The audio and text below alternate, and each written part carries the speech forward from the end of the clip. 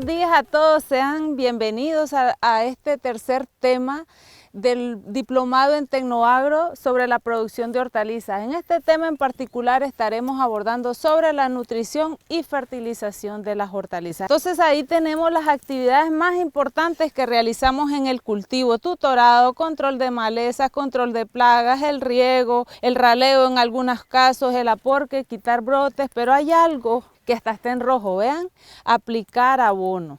Entonces el tema de hoy está basado precisamente en este punto. Pero entonces, si hablamos de aplicar abono, aplicar fertilización, ¿qué aspectos tomamos en cuenta cuando nosotros fertilizamos? ¿Quién puede responder? Levante la mano.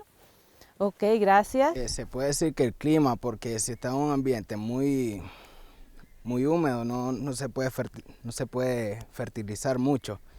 El tipo de suelo, dependiendo también los tipos de químicos que se le puede echar. Ok, entonces él mencionó dos aspectos muy importantes: cómo está la humedad del suelo, cómo está el clima, y sí, efectivamente son aspectos que influyen directamente. Entonces, antes de adentrarnos en este tema, quisiera preguntar, solo me levantan la mano los que dicen que sí. ¿Es lo mismo nutrición y fertilidad? Levanten la mano los que están de acuerdo que es lo mismo. ¿No es lo mismo para ustedes? Perfecto, entonces vamos muy bien. Fertilidad y nutrición no es lo mismo, precisamente porque cuando hablamos de fertilidad estamos haciendo referencia al suelo, a esas condiciones que esté el suelo, porque al final pensemos en el suelo como una refrigeradora que está llena de nutrientes, también tiene propiedades como tal. Y cuando hablamos de nutrición nos enfocamos específicamente en la planta, en esos requerimientos que tiene la planta.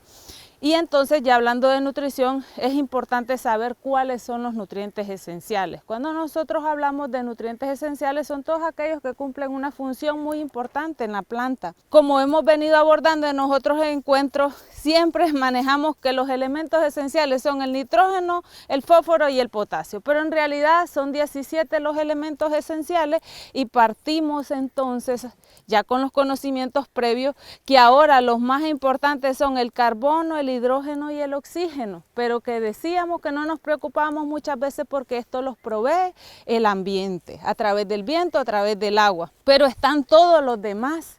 Entonces, cuando nosotros pensemos en aplicar fertilización, debemos de tratar de aplicarle por lo menos los 16 o 17 elementos esenciales. Inclusive, a medida que pasa el tiempo y se van haciendo investigaciones, aparecen nuevos elementos esenciales que se van sumando a la lista. Y tenemos los macro y los micronutrientes. No quiere decir que solo los macros son esenciales, también los micros, solo que estos los requiere en mayor cantidad la planta y estos ya en menores cantidades. Entonces, cuando hablamos de qué es lo que me determina el rendimiento en realidad está determinado por aquel factor limitante. Muchas veces pensamos que el rendimiento está determinado por la fertilidad que yo le estoy dando, por las condiciones buenas que yo le estoy dando al cultivo, pero en realidad lo que me determina el rendimiento es el factor limitante. Por ejemplo, si yo tengo buena fertilización, tengo un buen viento, tengo una buena humedad, tengo una buena temperatura, pero si no tengo condiciones del pH, entonces el pH es el que me va a limitar a mí a que yo tenga el rendimiento. O tengo los otros factores, pero no tengo agua, es el agua el que me va a limitar el crecimiento, es el agua el que me va a decir a mí hasta dónde voy a poder obtener producción. Y cuando hablamos de esto, entonces es importante identificar los síntomas de deficiencia. Este es un reto para todos los productores, los técnicos, inclusive para especialistas, porque muchas veces la sintomatología de deficiencia se tiende a confundir con lo que son enfermedades o es un estrés de la planta. Necesitamos ciertos conocimientos para poder diferenciar una sintomatología provocada por una deficiencia de estos elementos. Aspectos importantes que me gustaría compartir sobre la nutrición es: número uno, antes de yo realizar un plan de fertilización, lo primero que debo conocer es cómo está mi suelo, las características que tiene mi suelo, qué pH tengo en el suelo, porque finalmente esta característica me define a mí la disponibilidad de los nutrimentos. Yo puedo aplicar los mejores fertilizantes, puedo aplicar los 17 elementos esenciales que ya hablábamos, pero si el suelo no tiene el pH adecuado, ¿qué va a pasar? Que la planta no lo va a absorber. Como podemos ver, cuando los pH son demasiado bajos, muy ácidos, hay elementos que se limita la absorción, vemos que se adelgaza la línea. pero en este centro, cuando el pH está entre 5,5, 6,5 a 7, es donde la mayoría, tanto los macros como los micros, están en un nivel óptimo. Otra característica muy importante es la humedad del suelo. La humedad del suelo es tan importante como el tipo de fertilizante que nosotros vamos a aplicar. De nada sirve que tengamos el mejor fertilizante, la mejor fórmula que encontremos en el mercado, si en el suelo no hay humedad. La única manera en que la planta puede absorber los nutrientes es en solución, es disuelto en agua, y por lo tanto, pues si no hay humedad en el suelo, la planta no va a poder absorber los nutrientes.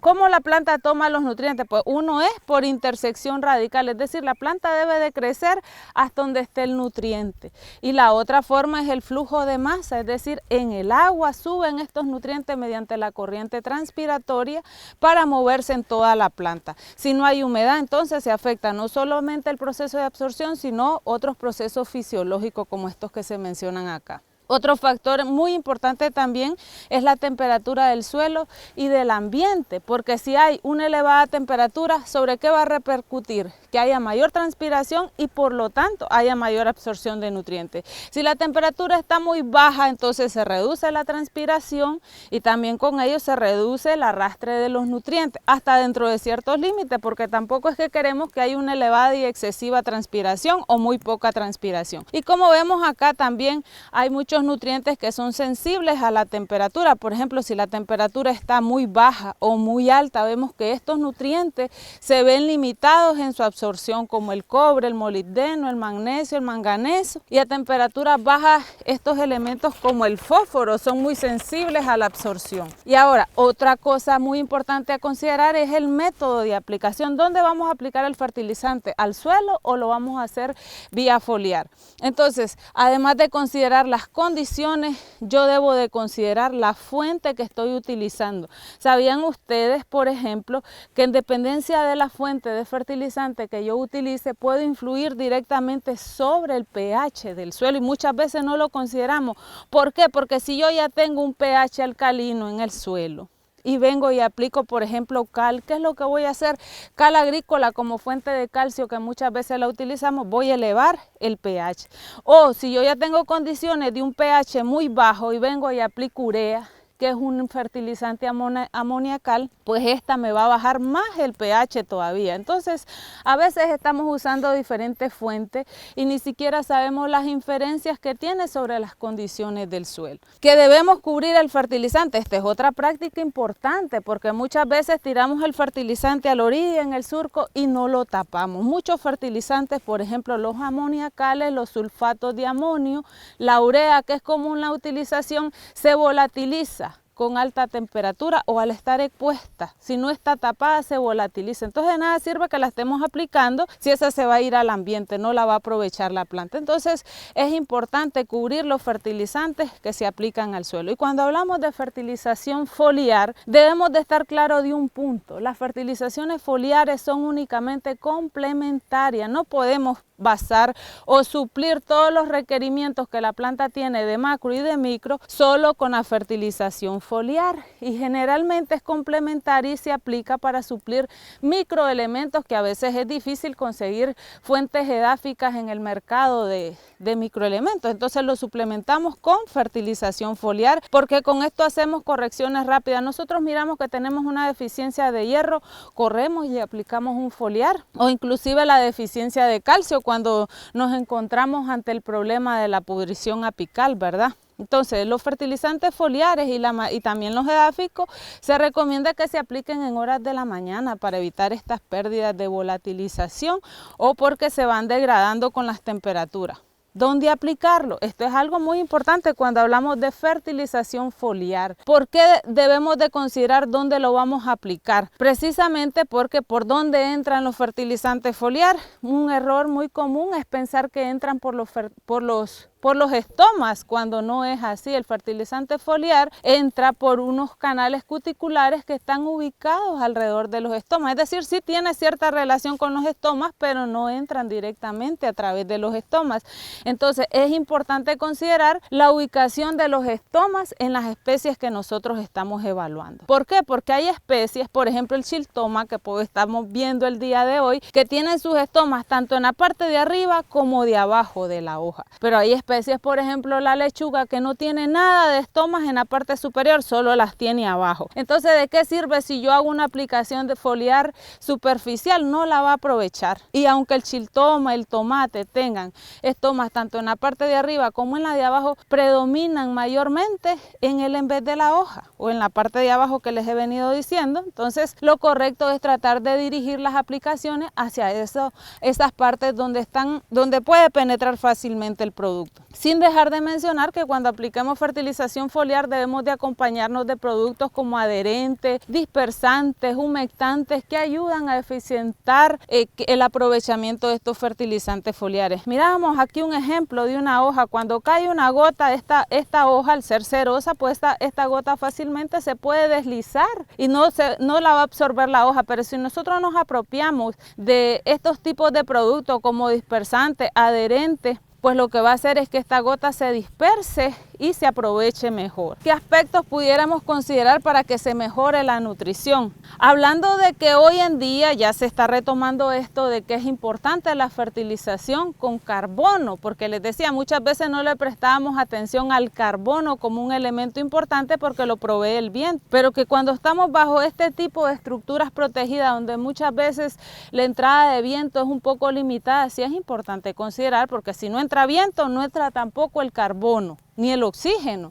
Entonces hoy en día se habla de algo que se llama fertilización carbónica, que es la adición de CO2. Y yo les decía la vez pasada que el CO2 se puede adicionar, número uno, tipo como cuando compramos un tanque de gas para la cocina, así se compra un tanque también de CO2 para aplicarle a los cultivos. Otra forma muy práctica es encendiendo velas cuando estamos cerca de potreros. La descomposición de estos materiales que están aquí rodeándonos el día de hoy produce CO2 y de cierta manera estamos incrementando el CO2 en los cultivos. El uso de bioestimulantes, como hoy en día se habla de la aplicación de algas, de micorrizas, de aminoácidos. Sabíamos que cuando las plantas están en condiciones de estrés, estos producen sustancias que le causan daño a la planta como reacción a ese mecanismo que la planta esté estresada. Entonces, para evitar ese tipo de inconvenientes, se pueden utilizar lo que son las algas y la aplicación de aminoácidos que ayudan a la planta a amortiguar lo que es el estrés. Y las micorrizas, que si bien ya las hemos escuchado por algún lado, es precisamente porque ayudan al desarrollo de la raíz. Y si la raíz se desarrolla mayor, pues le va a permitir a la planta mayor exploración hacia el agua y los nutrientes que necesita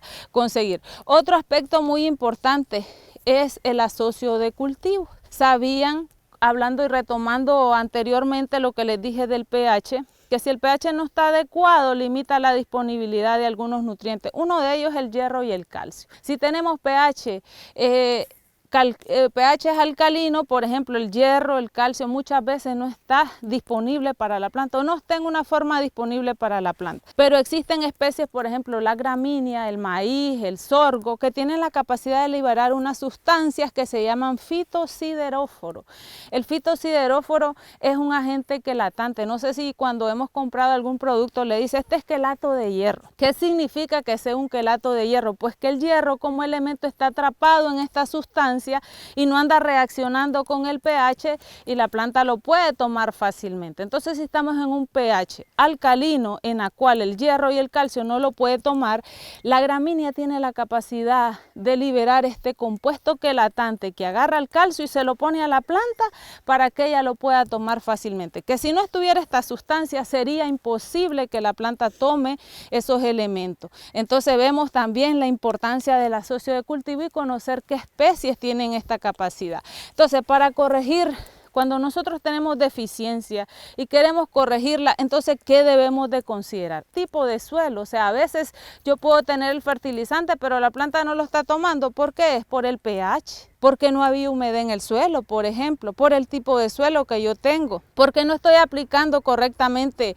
el fertilizante, no lo estoy enterrando, no estoy usando la fuente adecuada, o simplemente porque no tengo riego. Tengo todos los otros factores, pero si no tengo riego para que se disuelvan los elementos, para que haya transpiración y la planta pueda movilizar los nutrientes, y como último recurso puedo considerar el desabasto. ¿Ok? Es que no esté en el suelo el elemento, necesito aplicar, necesito buscar cuál es la mejor fuente en dependencia de las condiciones que yo tengo. Finalmente, la nutrición es un eje importante para garantizar el éxito de los cultivos, pero como ya veníamos discutiendo, o sea, no es solo aplicar un fertilizante por aplicar, sino que debemos ser integrales en considerar todos estos aspectos que se han compartido el día de hoy para el aprovechamiento eficiente de los nutrientes que tiene el suelo y de los que nosotros estamos aplicando.